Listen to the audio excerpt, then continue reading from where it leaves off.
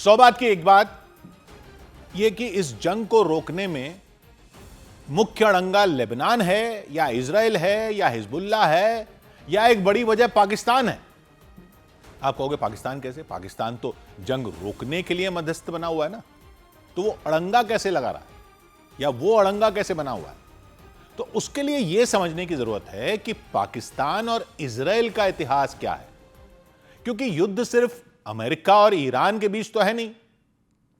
Pakistan America के संदेश Iran तक पहुंचाकर, ईरान के संदेश अमेरिका तक पहुंचाकर मध्यस्थ बनने की कोशिश में है, यह तो दुनिया देख रही है। लेकिन पाकिस्तान बीच में है तो इजराइल तो इस सीन में सीधा तो है ही नहीं, युद्ध तो वो भी लड़ रहा है ना। तो अड़ंगा कौन हुआ, या यूं कहें कि अड़ंगा क्या हुआ?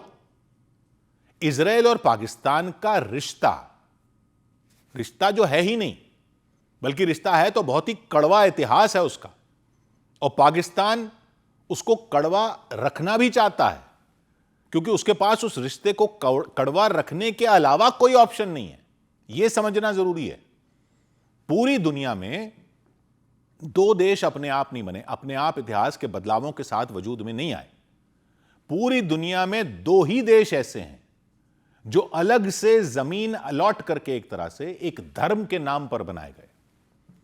अंग्रेज अपने राज को दूसरी वर्ल्ड वॉर के बाद समेटने में जाते जाते धर्म के नाम पर ये दो देश बनाकर गए।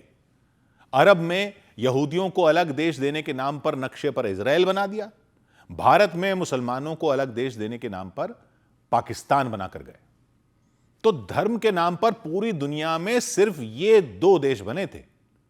पाकिस्तान 14 अगस्त 1947 को ब्रिटिश भारत से अलग होकर मुसलमानों के लिए बनाया गया। इजराइल 14 मई 1948 को ब्रिटिश नियंत्रित फिलिस्तीन से अलग होकर यहूदियों के लिए बनाया गया। दोनों के जन्म का आधार धर्म था। पाकिस्तान ने अपनी पहचान इस्लामी राष्ट्र की बनाई, इजराइल ने अपनी पहचान यहूदी राष्ट्र की बनाई। लेकिन शुरू से ही, दोनों देशों के जन्म से ही उनके बीच एक दीवार खड़ी हो गई थी, जो आज भी 2026 के युद्ध विराम की बातचीत में समस्या पैदा कर रही है। यह कहानी शुरू हुई 1947 में। संयुक्त राष्ट्र में यानी यूएन में फिलिस्तीन को दो हिस्सों में बांटने की योजना पर चर्चा हो रही थी। एक हिस्सा यहूदियों के लिए यानी इजराइल, दूसरा अरबों के लिए यानी फिलिस्तीन, और यरूशलेम को अलग रखना था। ये प्रस्ताव था। पाकिस्तान अभी नया नया बना था, वो अभी मोटे तौर पर इसी सिद्धांत पर बना था कि भारत में एक हिस्सा मुसलमानों के लिए अलग करके पाकिस्तान बना था। लेकिन वो सिद्धांत जिन्ना ने इजराइल के लिए नहीं माना। खुद तो मुसलमानों के लिए धर्म के आधार पर देश मांग रहे थे, लेकिन यहूदियों के लिए इजराइल बनाने की योजना का उन्होंने यूएन में विरोध कर दिया था। मोहम्मद अली जिन्ना ने साफ फैसला लिया कि पाकिस्तान फिलिस्तीन से अलग करके इजराइल बनाने का विरोध करेगा। टू नेशन थ्योरी का वहां विरोध कर दिया उन्होंने।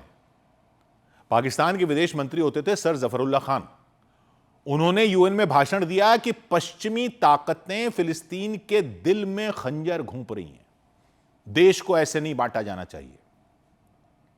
मतलब भारत ऐसे बांटा जाना चाहिए था, लेकिन फिलिस्तीन ऐसे नहीं बांटना चाहिए। ये पश्चिमी देश फिलिस्तीन के दिल में खंजर घोंप रहे हैं, क्योंकि इस्लाम के नाम पर बना पाकिस्तान तो इस्लामी देशों का लीडर बनने के ख्वाब तभी से देख रहा था। तो उसने तर्क दिया कि मुस्लिम दुनिया इसे कभी स्वीकार नहीं करेगी। भारत तो भारत के विभाजन के भी खिलाफ था, लेकिन पाकिस्तान भारत में विभाजन करवाकर वहां विभाजन के खिलाफ खड़ा हो गया। भारत में विभाजन करवाया, वहां खिलाफ खड़ा हो गया विभाजन के। खैर, फिर आया 1948। 14 मई 1948 को इजराइल ने अपनी आजादी घोषित कर दी। इजराइल के पहले प्रधानमंत्री डेविड बेन गुरियन ने तुरंत पाकिस्तान के संस्थापक मोहम्मद अली जिन्ना को एक तार भेजा कि दोनों देशों के बीच राजनीतिक संबंध स्थापित किए जाएं। उन्होंने कहा, हम दोनों नए देश हैं, हम साथ मिलकर काम कर सकते हैं। अब यह एक बड़ा कदम था। इजराइल उम्मीद कर रहा था कि पाकिस्तान जो खुद धर्म के आधार पर बना था, शायद यह लॉजिक समझ जाएगा। लेकिन जिन्ना ने कोई जवाब ही नहीं दिया इसका, ना हां की ना बोला, चुप्पी साध ली। जिन्ना वैसे उस समय बहुत बीमार थे और कुछ महीने बाद उनकी मृत्यु भी हो गई थी, लेकिन मुख्य कारण यह था कि उन्होंने फिलिस्तीन के अरबों का पक्ष लिया हुआ था। तो पाकिस्तान ने इजराइल को कभी मान्यता ही नहीं दी। पाकिस्तान ने आगे भी यूएन में इजराइल के खिलाफ ही वोट किया लगातार, और बाद में पाकिस्तान कहता रहा कि जब तक 1967 की सीमाओं के अनुसार फिलिस्तीन को अपना अलग स्वतंत्र देश नहीं मिलता, वो इजराइल को नहीं मानेगा।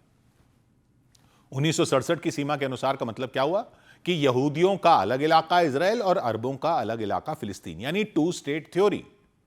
टू स्टेट थ्योरी, उसी टू स्टेट थ्योरी पर ही तो 1947 में फैसला लेना था कि बांट दो। तब नहीं माना था पाकिस्तान। बाद में जब पूरा ही इजराइल बन गया तो यह स्टैंड हो गया कि पाकिस्तान का कि अब दोनों में बांट दो।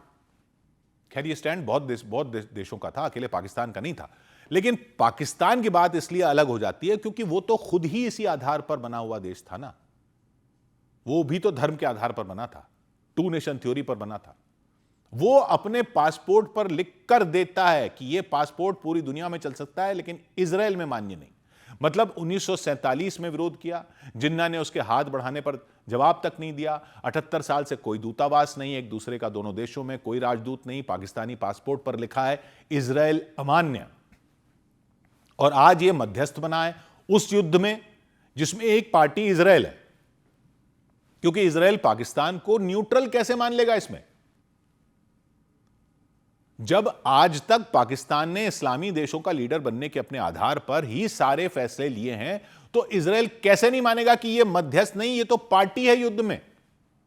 जब पाकिस्तान ने खुद को मुस्लिम दुनिया का रक्षक मान रखा है, फिलिस्तीन उसके लिए सिर्फ जमीन नहीं है, उसने उसे अपनी धार्मिक और राजनीतिक पहचान का हिस्सा बनाया हुआ है, तो उस पर भरोसा करना इजराइल के लिए आसान है ही नहीं। और बात सिर्फ 1947 और जिन्ना के टाइम की नहीं है, 2005 में भी एक मौका आया था, दोनों देश सचमुच बहुत करीब आते दिख रहे थे। पाकिस्तान के आर्मी चीफ और राष्ट्रपति परवेज मुशर्रफ उस समय अमेरिका के बड़े सहयोगी थे। इजराइल ने गाजा से उस टाइम सैनिक हटा लिए थे। 1 सितंबर 2005 को तुर्की के इस्तांबुल में पहली बार पाकिस्तान और इजराइल के विदेश मंत्री मिले। पाकिस्तान के खुर्शीद कसूरी और इजराइल के सिल्वान शलोम मिले, सीक्रेट में नहीं खुले में मिले।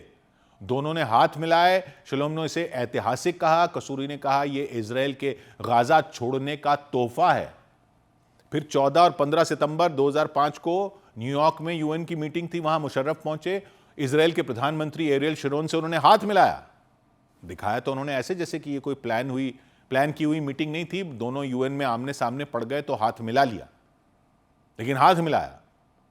फिर 17 सितंबर को ही वहां पर ही 2005 में मुशर्रफ ने न्यूयॉर्क में अमेरिकन जूइश कांग्रेस नाम के अमेरिका के यहूदियों के संगठन में भाषण दिया। उन्होंने कहा पाकिस्तान और इजराइल के बीच कोई सीधा झगड़ा नहीं है, हम इजराइल को कोई खतरा नहीं मानते, इजराइल को भी हमसे कोई खतरा नहीं है। तो सुनने वाले खड़े होकर तालियां बजाने लग गए थे, स्टैंडिंग ओवेशन। मुशर्रफ ने यह भी कह दिया कि एक दिन हम इजराइल को मान्यता दे देंगे, लेकिन तब जब फिलिस्तीन को स्वतंत्र देश मिल जाए। लेकिन पाकिस्तान के अंदर तो तूफान ही आ गया, ये कहते ही मुशर्रफ के। पाकिस्तान की धार्मिक पार्टियां, जमात इस्लामी वगैरह, वो सड़कों पर उतर आई कि मुशर्रफ तो इजराइल का गुलाम बन गया। मीडिया में आलोचना शुरू हो गई कि इस्लामी देश का नेता यहूदियों के साथ हाथ कैसे मिला रहा है। और ऐसा नहीं कि मुशर्रफ ने तैयारी नहीं की थी, उन्होंने सऊदी अरब से, फिलिस्तीनियों से इजाजत ली थी कि ये करने जा रहा हूं, उसके बाद कदम उठाया था। लेकिन अपने घर में उनका विरोध ऐसा हो गया कि उसके आगे कोई कदम बढ़ ही नहीं सका। तो अब जो पाकिस्तान के प्रधानमंत्री शहबाज शरीफ और army chief Asim Munir America और इजराइल और ईरान के बीच सीज फायर करवाने की कोशिश कर रहे हैं, वो अगर चाहें भी तब भी इतनी हिम्मत नहीं कर सकते कि इजराइल के मामले में न्यूट्रल भी हो जाएं। नजदीक आना तो दूर की बात है इजराइल के, वो न्यूट्रल भी नहीं दिख सकते इजराइल के सामने। नहीं तो जो उन्होंने अपनी जनता को जिन्ना के टाइम से पट्टी पड़ाई हुई है, वो जनता ही उन्हें नोच खाएगी। मुशर्रफ ने थोड़ी सी ही कोशिश की थी, उसके बाद से उनकी ताकत ही खत्म होती चली गई थी पाकिस्तान में। तो लेबनान सीज फायर का हिस्सा था या नहीं था, वो असली कहानी क्या थी पता ही नहीं चलेगा, क्योंकि इजराइल से तो पाकिस्तान ने सीधी बात की ही नहीं। भले ही वो मध्यस्थता करवाने वाला दिखना चाह रहा है, लेकिन जंग की एक पार्टी से वो बात नहीं कर सकता, और वो पार्टी उसको न्यूट्रल मानती नहीं। तो अड़चन लेबनान है या हिजबुल्लाह में हुए हिजबुल्लाह है ये जंग रोकने में, या अड़चन ये है कि मध्यस्थ इसमें पाकिस्तान बना हुआ है? 100 बात की एक बात,